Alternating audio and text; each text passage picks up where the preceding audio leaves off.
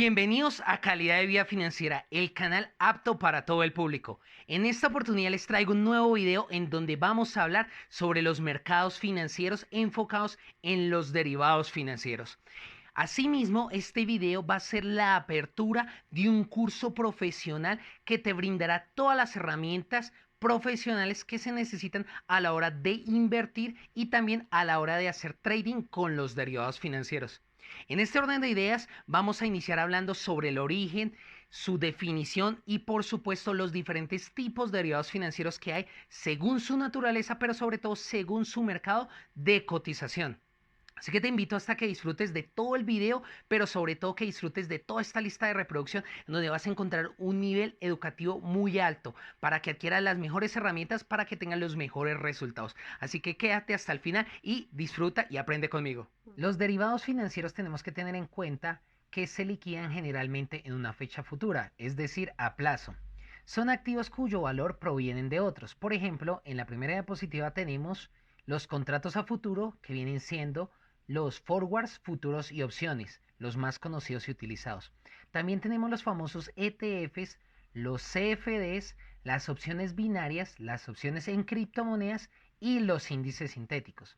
Cabe resaltar que el mercado de los derivados financieros es el mercado que tiene una mayor cantidad de activos y que mueve bastante dinero en el mercado, es decir, un mercado líquido, es un mercado muy grande.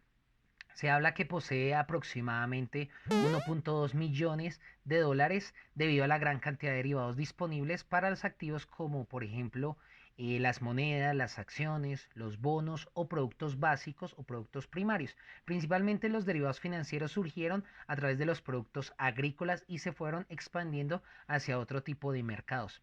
Incluso, por ejemplo, en el año 2016 se dio a conocer la cifra que se acercaba a los 25.000 millones de contratos de derivados negociados, donde principalmente tenemos en Asia una participación del 36% del volumen de negociación de los derivados financieros, en la parte de Nueva York con un 34% y un 20% tan solo en Europa. Por lo tanto, en Asia es donde se transan mayores derivados financieros. Asimismo, nosotros tenemos aquí los derivados financieros según su naturaleza, como tal, los derivados. En este caso tenemos los derivados financieros que vienen siendo contratos a futuros, los famosos forwards, futuros y opciones, y también los ETFs, cuyo valor subyacente viene de varios activos que muchas veces se cotizan dentro de la bolsa de valores, por eso los incluimos en los derivados financieros, pero también se incluyen en mercados OTC o extrabursátiles, los ETFs, ¿listo?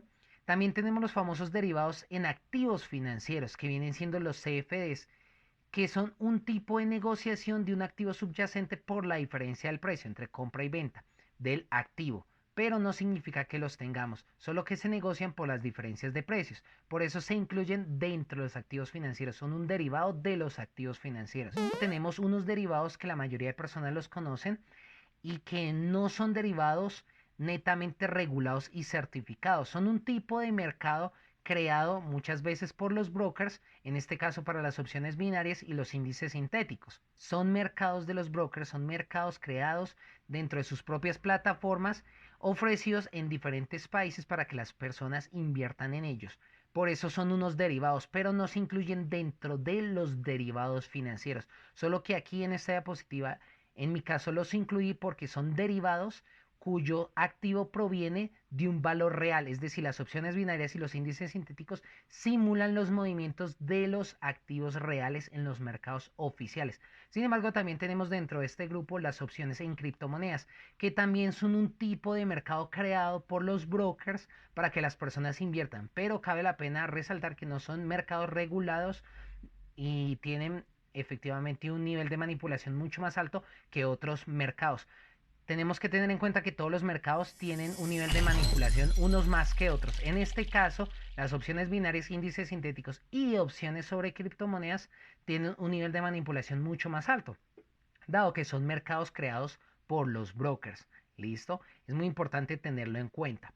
Asimismo, Wow. los derivados de acuerdo al activo subyacente del contrato, tenemos que tener en cuenta que se clasifican. El primer grupo que tenemos en la diapositiva son derivados que emplean activos como las divisas, las acciones, por ejemplo los stocks, también tenemos los tipos de interés, el riesgo crediticio y los bonos. Como segundo grupo, ya explicándolo en formas más teóricas, tenemos una definición para los derivados no financieros. Y estos derivados no financieros quieren decir que son grupos en categorías de materias primas como commodities, cuyo valor del activo subyacente viene por las materias primas.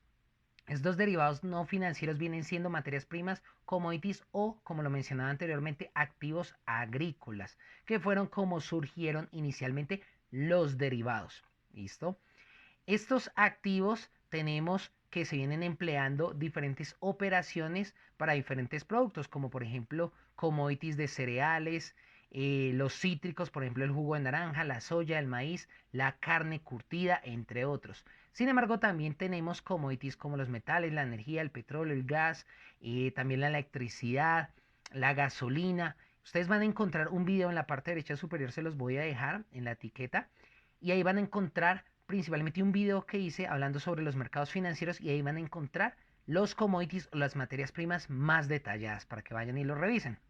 Y por último, como lo mencionaba anteriormente, tenemos el tercer grupo dentro de la clasificación según la naturaleza de los derivados a los derivados sobre activos de otros tipos, que son estos derivados que se negocian con respecto al valor real de un activo oficial. Asimismo, tenemos los derivados sobre activos de otros tipos. Y este tipo de derivados los vamos a encontrar dentro de las bolsas de valores que nos van a poder permitir negociar sobre índices generales de precios, por ejemplo el IPC, o también vamos a poder negociar derivados sobre la inflación o inclusive algunas bolsas de valores o a través de comisionistas de bolsa permiten negociaciones a través de condiciones climáticas. No obstante, también tenemos una clasificación para los derivados según su mercado de cotización. ¿Qué significa eso? Son clasificaciones con base al lugar donde se negocian. Por ejemplo, tenemos en primera instancia el mercado de valores organizado o el mercado bursátil. En otras palabras, es conocido como el mercado primario OPI o el mercado de oferta pública inicial, donde salen a cotizar por primera vez, por ejemplo, las acciones, una oferta pública inicial. También tenemos el mercado secundario. Este es el mercado bursátil como tal. En la parte derecha superior también les dejo un videito en donde hablo bastante sobre el mercado primario y el mercado secundario. Y también les voy a dejar en la parte derecha superior un video donde hablo de una estrategia buy and hold y menciono cómo funciona la oferta pública inicial. Listo, para que vayan y lo revisen. Aquí nosotros vamos a encontrar los futuros, las opciones y los ETFs. Los futuros y las opciones son contratos que se negocian directamente en la bolsa de valores, es decir, en el mercado bursátil. Y también tenemos, como lo mencionaba anteriormente, los ETFs. Algunas bolsas de valores ofrecen ETFs y también vamos a encontrar ETFs que son ofertados por los comisionistas de bolsa. Y por eso también lo incluí en el mercado extrabursátil los ETFs, porque los pueden encontrar tanto dentro de las bolsas de valores, dentro del mercado bursátil, como dentro del mercado extrabursátil o el mercado OTC, que se conoce como over the counter. ¿Listo? Y este mercado extrabursátil es un mercado paralelo no organizado. Recuerden que el primero es un mercado organizado.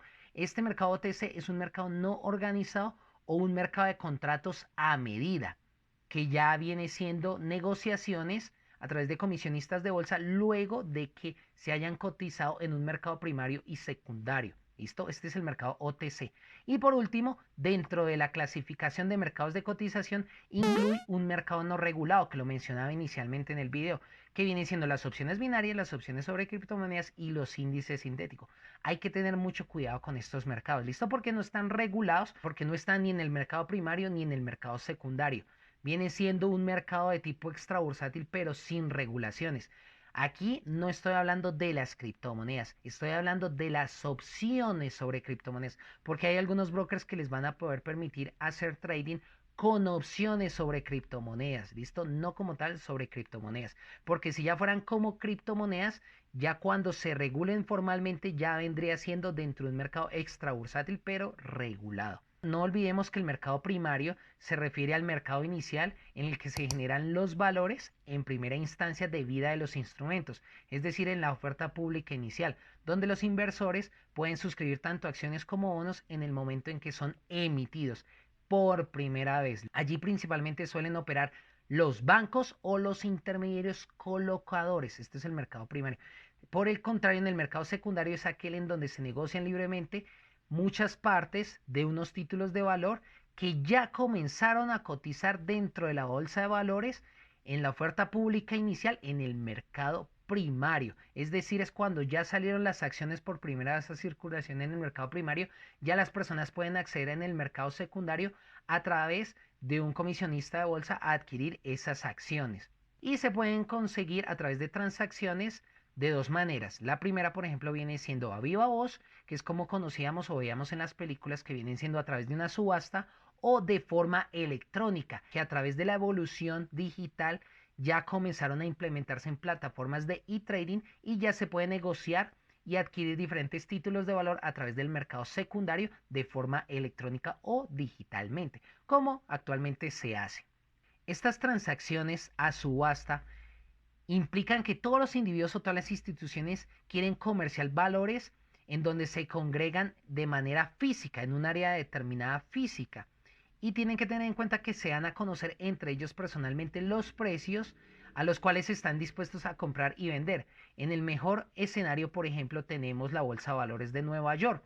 ¿Listo? Que toda la conocemos por las películas, cuando en los años 60, 70 y 80 iban y se hacían las transacciones, las negociaciones a viva voz, es decir, a través de la subasta. Ahorita se hace una subasta, pero ya más segmentada dentro de las bolsas de valores, ¿listo? Dentro del mercado.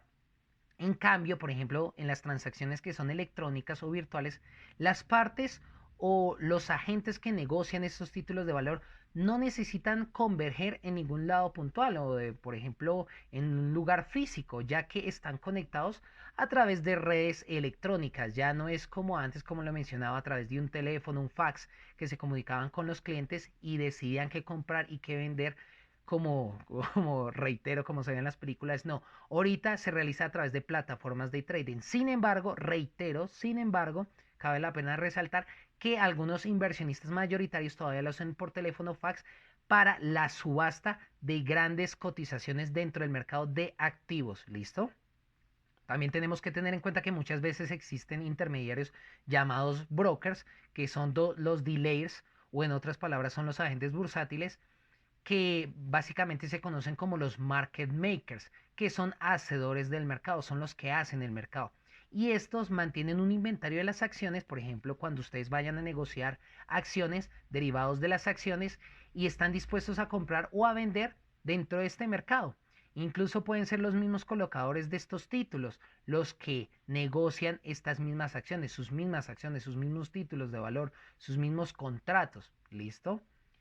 No tenemos que olvidar, por ejemplo, como lo mencionaba inicialmente, el famoso OTC, ya que lo voy a explicar de forma más detallada, que viene siendo un mercado desorganizado de intercambio. No se produce en un lugar físico, sino a través de una plataforma digital, a través de una red de intermediarios que hacen las veces de distribuidores. Los distribuidores, los comisionistas de bolsa a través de las plataformas distribuyen opciones de inversión para que los inversionistas accedan a ellas.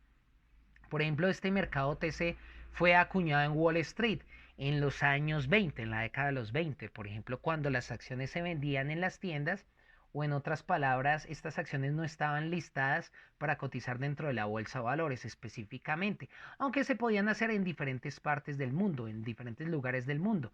Por ejemplo, los títulos de valor de Apple, o sea, las acciones de Apple, o de la empresa de Volkswagen, las acciones de Volkswagen se negocian en países de origen con mucha liquidez, pero no están dentro de, por ejemplo, la Bolsa de Valores de Nueva York donde se cotizan. Entonces se pueden transar bajo esta modalidad de un mercado extrabursátil a través de comisionistas en diferentes partes del mundo. Tú puedes acceder a títulos de valor sin necesidad de estar en el país y sin necesidad de ir a la Bolsa de Valores donde se cotizan estas acciones. Cabe la pena resaltar que este significado extrabursátil fue cambiando con el paso del tiempo, ¿no? Por ejemplo, el Nasdaq fue creado en 1971 a través de la Asociación Nacional de Corredores de Bolsa, el NAST, para llevar liquidez a las firmas que se negociaban a través de las redes de distribuidores o intermediarios, por ejemplo, que inclusive se podían haber realizado de forma personal, pero entonces desde ahí fue que comenzó a converger las bolsas de valores tradicionales.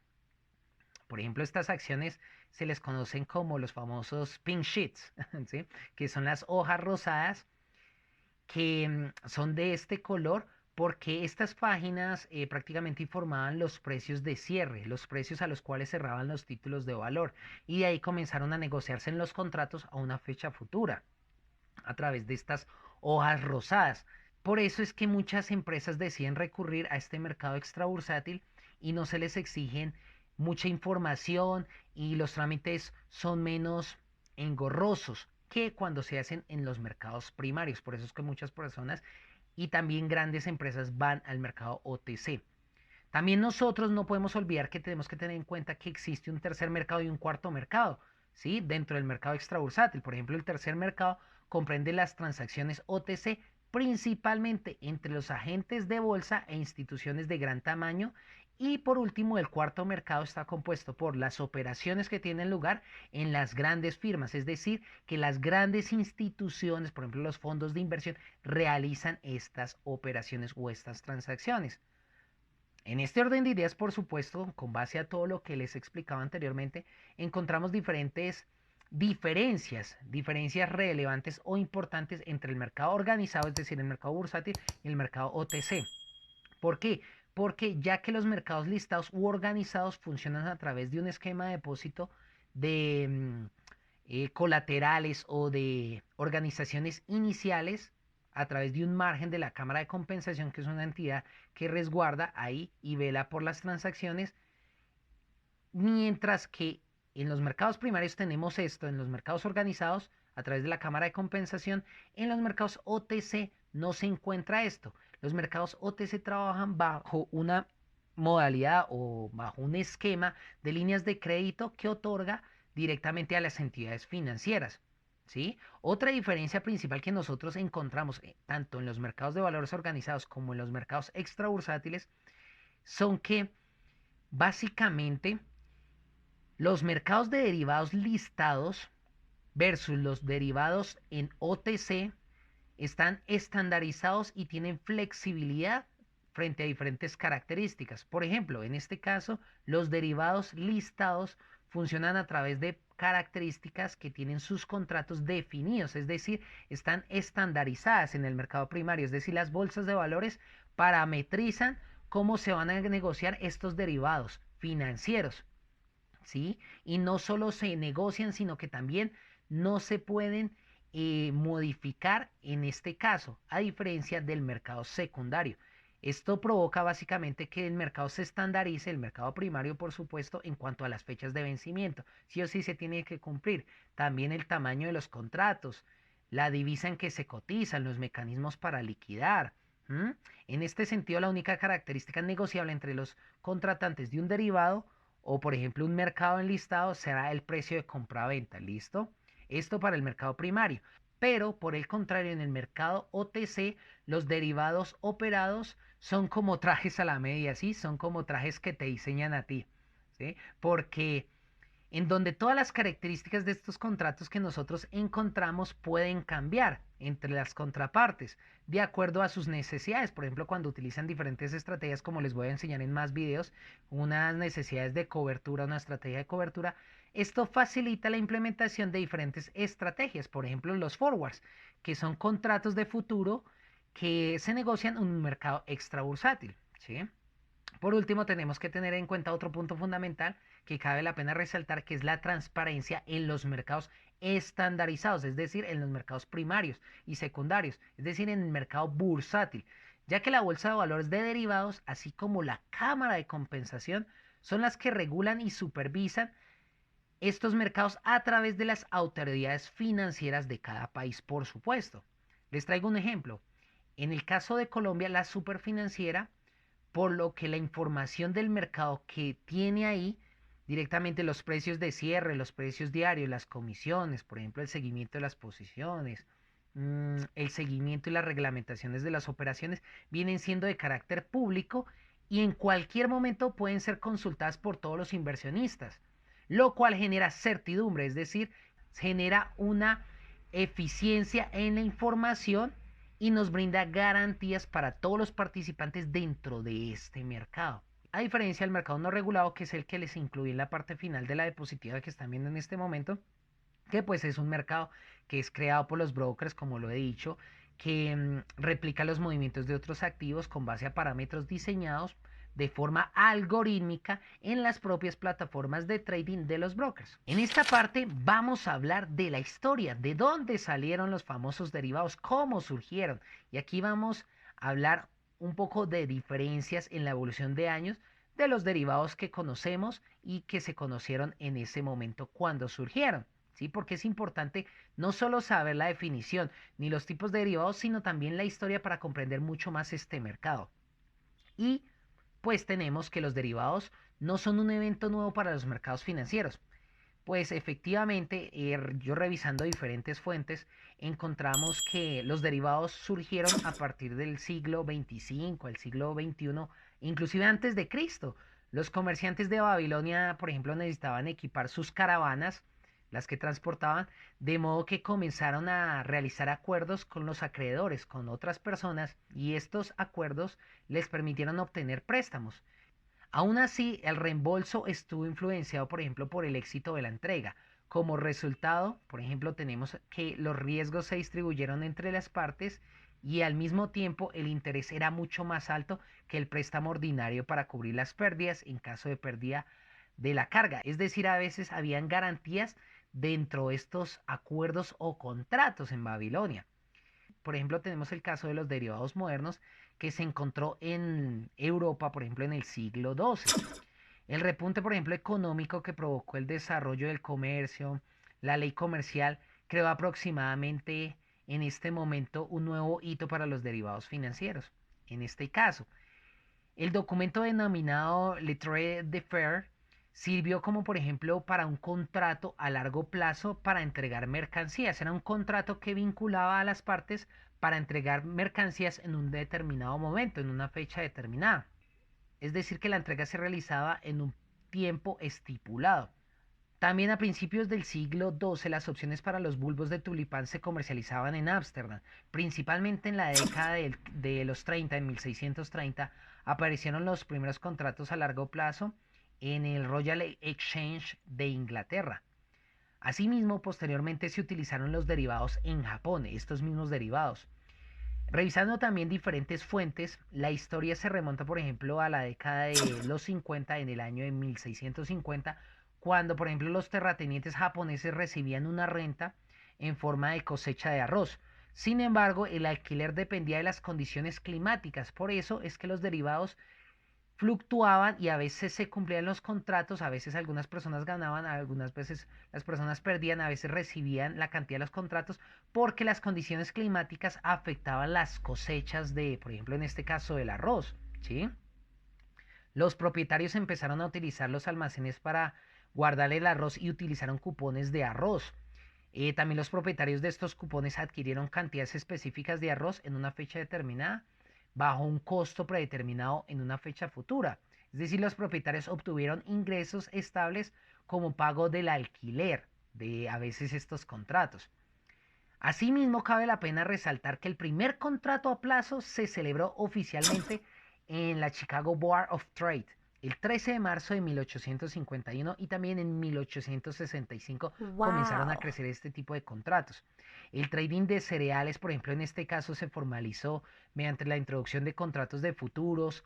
El activo era el maíz en este momento y consistió en que el vendedor, por ejemplo, un agricultor, y el comprador, una empresa industrial, se comprometían a un futuro intercambio del producto por un dinero en efectivo a un precio fijo. Es decir, aquí comenzaron a hacer contratos entre los agricultores y los industriales a una fecha futuro a un precio pactado. Desde entonces, el trading de futuros ha traído a más mercados, a muchos más compradores y a muchos más vendedores. No solo el trading de futuros, sino también las opciones. Trading en opciones, que es otro tipo de derivado financiero, pero la mayoría de gente hace trading en futuros. ¿Listo? Con el desarrollo de la tecnología y por supuesto los ordenadores, muchos traders optaron por operar en los mercados de futuros a través de los CFDs. ¿Listo? Que son los famosos contratos por diferencia, de los cuales vamos a hablar más adelante en los siguientes videos. Y estos contratos estandarizados también permitieron brindar calidad y cantidad de diferentes bienes agropecuarios y expandirse a diferentes activos para brindar eficiencia y calidad en cuanto a tiempo y pactándose en un lugar de entrega físico. No obstante, en la década de 1930, las opciones modernas como las opciones de put y call, es decir, opciones de venta y compra, se convirtieron en algo habitual en las bolsas de valores de Londres. Era lo que les mencionaba anteriormente, el uso de las opciones como derivados financieros dentro de las bolsas de valores. Por ejemplo, para el caso de la década de 1960, el trading de las opciones de materias primas y acciones se convirtió en una práctica estándar en las bolsas de valores estadounidenses, es decir, migraron desde las bolsas de valores de Londres hasta las bolsas de valores en Estados Unidos, en Wow. este caso. Por ejemplo, para el año de 1972 se creó el Departamento de Mercado Monetario Internacional en la Bolsa Mercantil de Chicago. Se convirtió en la primera plataforma de exchange, miren esto, se convirtió en la primera plataforma de exchange especializada para operar con contratos de futuros de divisas. Por ejemplo, antes solo se utilizaban commodities para el trading de futuros. Ya aquí hubo una evolución en la transabilidad de diferentes activos a través de los contratos de futuros. Posteriormente, en 1973 se estableció el Chicago Board Options Exchange y a finales de 1970 inicialmente, el trading de derivados se convirtió en una práctica común en las bolsas de valores. A pesar de que se convirtió de forma común en 1970, ya se establecieron las opciones en 1973, ¿listo? Por lo cual los mercados derivados se convirtieron en uno de los elementos fundamentales en el trading mundial en la década de los 80. ¿Listo? Por ejemplo, en sus orígenes se centraba en las materias primas agrícolas como el trigo o el café, la carne curtida, el jugo de naranja. Sin embargo, en este orden de ideas, el trading de los derivados ha supuesto un nuevo mundo en los mercados para los inversionistas. Es decir, ya hay muchos más activos que se pueden encontrar en la actualidad, por lo cual los inversionistas utilizan los derivados siempre para especular sobre el futuro de movimientos de un precio de un activo subyacente. Es decir, los derivados han ayudado bastante a la especulación para poder pactar y hacer negociaciones de un activo a fechas futuras y poder comprar sin obtener beneficios ahora, sino en una fecha futura. Y bien, ¿qué tal te pareció el video? Cuéntame, déjame ahí en los comentarios cómo inició este maravilloso curso profesional de derivados financieros. Escríbame en los comentarios, déjame una manito también arriba, un super like si te gustó el video. Por supuesto, compártelo con más personas, de esta manera muchos más reciben esta información tan buena porque les va a ayudar bastante a tener los mejores resultados en lo que están buscando en el mundo de las inversiones y también en el trading, en este caso a través de este curso profesional de derivados financieros. Asimismo, te invito a que no te pierdas del siguiente video en donde voy a hablar sobre la infraestructura del mercado y sobre la estructura del mercado de los derivados financieros, cómo aparecen los precios que nosotros vemos en las plataformas, hacia dónde van nuestras operaciones, quién resguarda nuestros títulos de valor en dado caso que nosotros hagamos inversiones con derivados financieros de forma tradicional, de forma física, qué pasa detrás de este mundo de estos mercados, ya que es muy importante que conozcas de este tema porque de esta manera los inversionistas, las grandes instituciones se benefician ya que es un mercado muy grande y es un mercado formal que viene desde hace años por tradición. Así que no te lo pierdas y no te pierdas el resto de videos. Mi nombre es William Barrera y recuerda que esto es Calidad de Vida Financiera. Bendiciones.